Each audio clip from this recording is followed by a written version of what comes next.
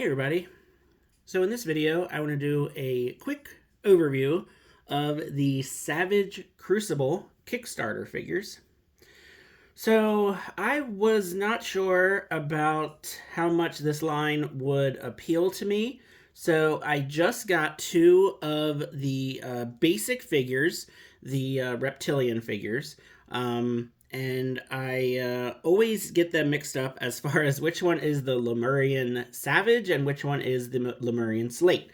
Pretty sure this is the Slate one because this is kind of the most basic one that there is. But I could be wrong, and if I'm wrong, I'm sure someone will let me know. So these figures are actually pretty cool.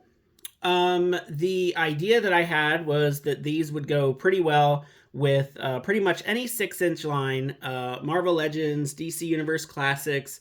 But my real plan was to see how these guys go with the Animal Warriors of the Kingdom figures, because of course these are some reptilians that we can add to the set of figures, and we're going to actually be getting more reptilians, quite a lot of reptilians actually. Hopefully you all are aware that the Kickstarter for Series 2 of Animal Warriors of the Kingdom was successful, and that will include some reptilians. Now, as far as the Savage Crucible figures go, I really do like the texture on the body. It's like kind of a real kind of scaly kind of texture to it. The articulation is pretty good, especially these butterfly joints. But they were really super tight out of the box, so I did have to heat them a really, really good amount. I do like the articulated jaw. That's pretty neat. And just overall, I think it's really well done. I feel like they could have come with a little bit more hands. They just come up with the open displayed hands and then the weapon gripping hands. So no fists and no other kind of added gesturing hands. The tail is pretty good. It is on a hinge, so it moves around a little bit, but I kind of wish the tail was bigger and longer. It kind of gets a little lost when you have the figure just kind of posed on a shelf. I did also have a little bit of trouble getting them to stand. I don't know if it's because of the toe articulation or if it's just the way that it's kind of built. I did finally get it into a good kind of just basic standing pose, and I think on the shelf it looks really, really cool. I thought that this one was going to have a little bit more green to it, but it really looks mostly black. You can almost see like a slight kind of, I don't know if it would be a green wash, but it definitely looks mostly black in person. I'm not sure how it's coming off on the camera. Apologies if it's a little dark. It's a very cloudy, dreary day, and I have as many lights on as I can possibly get, so hopefully you can at least see the figure a decent amount. So, of course, my main idea here was to see how the Savage Crucible figures look with Animal Warriors of the Kingdom. So here is one of the Centurions in the gold armor, and I think it's pretty good. The Lemurian Slate from Savage Crucible is a little taller, and the proportions are not quite the same, but I think it kind of works because, this is supposed to be a lizard man and not an ape man. So it kind of works. I think it works good enough. That's at least what I'm going with. But taking it a step further here, I want to show the other Savage Crucible figure that I got in the set. And what I have done with this one is I have actually put the Animal Warriors of the Kingdom armor on the Lemurian Savage. At least I'm pretty sure this is the Savage. Again, I may have gotten them mixed up.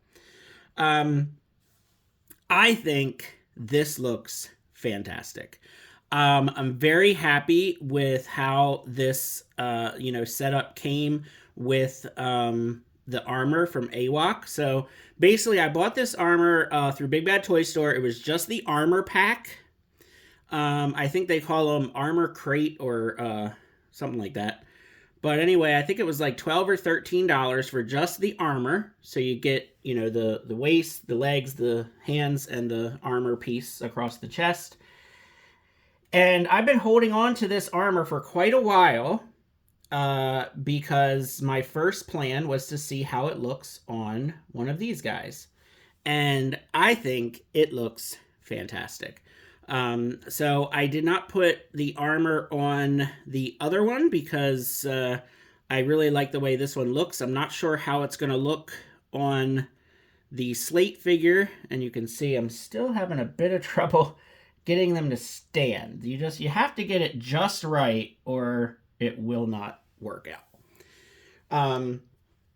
But I think these look really cool together because, again, you have just like the plain kind of just has like a loincloth and that's it. And then you have the more armored up one. Now, one of these weapons came with one of them, and then the other weapon came with the other one. But what I decided to do was to just kind of, since this weapon is the gold weapon, and it matches the gold on the armor pretty good. And then the other one I just kind of strapped to the back here. So now this one is just really ready for battle. He has his one bone sword in his hand, the other one in the back ready to go. And then I like how I have like the open displayed hand and then obviously the weapon holding hand. And they just look cool. I cannot tell you enough how happy I am that this armor fits so well. Because I really was not sure how it was going to look or if I could even get it on there right. So what I had to do was I heated up the legs really well. Down he goes. Because this leg joint in here, it's actually, if you heat it up real good, it's easy to pop the legs right out. So that's what I did. Heated up the legs, popped the legs off, and then the ankles are kind of weird because what I ended up doing is I ended up taking the whole entire foot out. If you heat this up real good, it just basically pops out in one piece. And then, of course, the hands were easy to pop off. So that's what I did to get the armor on this one. I popped the legs off. I took off his loincloth that he had, put the AWOK armor on there, popped the feet out, put the boots on there. The hands were easy. This part was easy. And I think it just really elevates the figure. And I just really like how it looks. I'm very, very happy.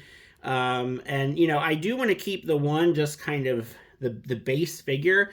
I am kind of tempted to get more armor and see kind of, how it looks on the other figure. But here is my slightly modified Vero Atlas from Animal Warriors of the Kingdom. And I just think that these two together look super cool. So that was my big idea with the AWOK armor, is to put it on one of these guys, and I'm very happy with that idea. So the plan is to just put the Savage Crucible figures on the shelf along with Animal Warriors of the Kingdom, and then hopefully when we get those reptilians from Series 2, we will have,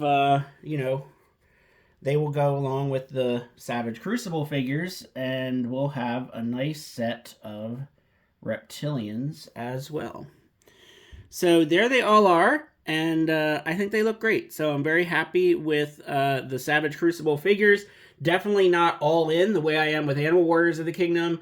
It's just the Animal Warriors of the Kingdom appeal to me a lot more. But I do think that the Savage Crucible folks, they did a really good job. I would say that these would probably go even better with Mythic Legions. Let me see if I can actually grab a Mythic Legions figure. So here's a Mythic Legions, and I'm kind of thinking that that's where the Savage Crucible folks were kind of thinking with their line. I know they're coming out with humans and other, other type characters besides just the reptilians, but this looks pretty good too. And again, Mythic Legions and Animal Warriors of the Kingdom always kind of look nice together too. So again, a really nice set of figures from Savage Crucible. They may still have some available on Big Bad Toy Store. I may check it out one of these days and maybe get another one. I'll have to think about it and wait and see. So that's my review. Let me know what you think. Please feel free to like the video, subscribe to the channel, and thanks for watching. Have a good one.